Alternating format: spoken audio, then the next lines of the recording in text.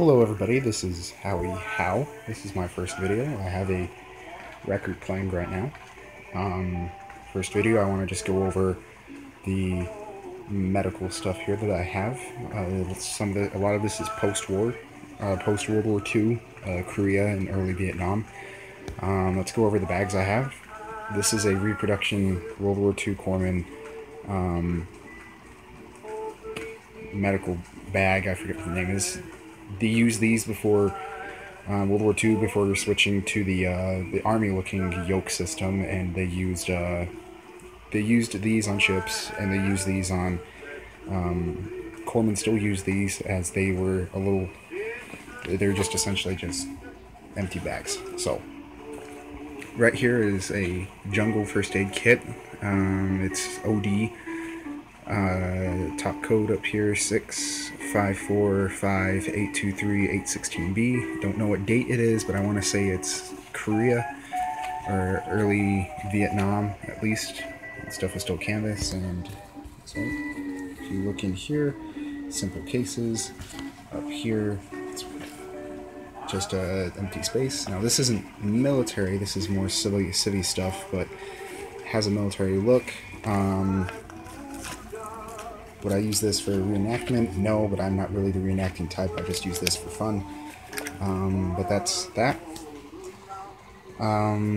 Continuing on, this is my M1 Medics helmet, still pot. It's rear seam. It was actually a Belgian helmet, which explains why it's so shiny. Just made it a medic helmet when I was about 11 or 12, I think. So I'm really into medical stuff, really didn't care too much about it being so shiny, but that's just me. This isn't the original liner. The original liner wasn't the American liner, it was a Belgian liner, kind of weird. But it's orange, but I mean, I don't really do reenactment, so. Continuing with gear, I have a pair of bandage scissors. Now these are rather large, as you would say, but they're steel, they're metal. I've seen bandage scissors like this used in medical kits before. Tourniquet, this actually came from a first aid kit civilian, but it's very much like the tourniquets that it used. And continuing with the record, we're gonna just flip it to the other side here.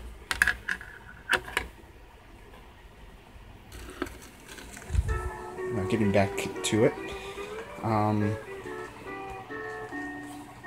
older tourniquet, that's why I have it. I carry these two in here, so go there. Now these are the typical Carlisle type dressings, as you can see. Now the reason why these are post-war is they're not waxed boxes. They still have that World War II look, but they also, some of them came in these foil packets from one that I opened. This one was kind of busted when I already had it, and this was in the plastic wrapping.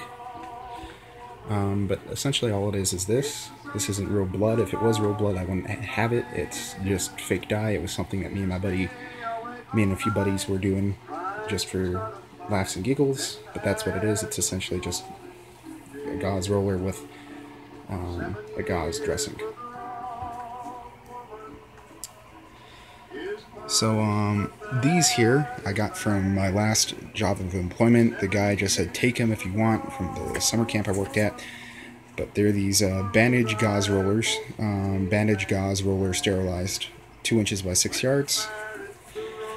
I have 2 of them. They're full. I have an empty box somewhere else. I don't really use it for much, but these 2 I carry in here.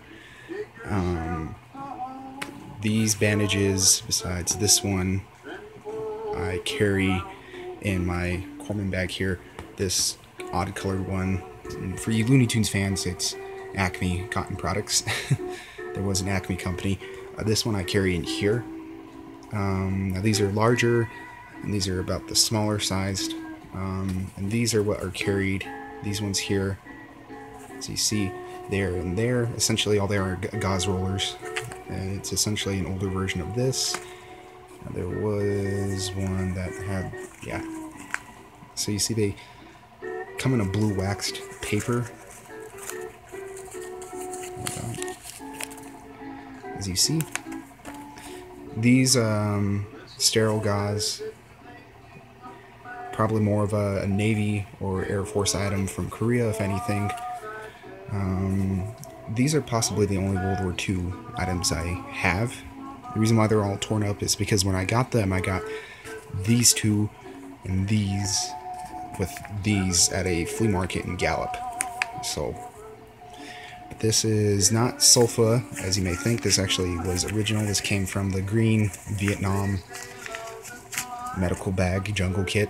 It's actually sodium chloride, sodium bicarbonate, and what all it is it's basically a drink you would put into something if you were burn cases, and it says empty the contents of one envelope into canteen full of water. Don't know how many quarts it says. Shake well and drink contents slowly over 1 hour period. So these actually came with the green one here. They're just pill bottles that I put cotton in for the sake of putting cotton in them. But yeah, but for World War II stuff, it's mainly all this stuff here, along with this. Now you may say, well, they wouldn't be carrying these. Well, the Navy's a little different. A hospital corpsman would pack these bags. There wasn't a certain set method to pack these bags. You would pack these bags according to whatever you thought you would need for the mission. So for me, I carry a lot of these because if I was a hospital corpsman, of course I would carry a crap ton of these, but these, because there's so many of these, I can pack wounds with them, although they didn't do wound packing back then, just modern sense Farby stuff, if you want to call it. Really don't care. But just to kind of show you where these go, all this stuff goes, all of these go here, this goes there, about 3 of these here, 2 of those, 3 of those there, there, here, there,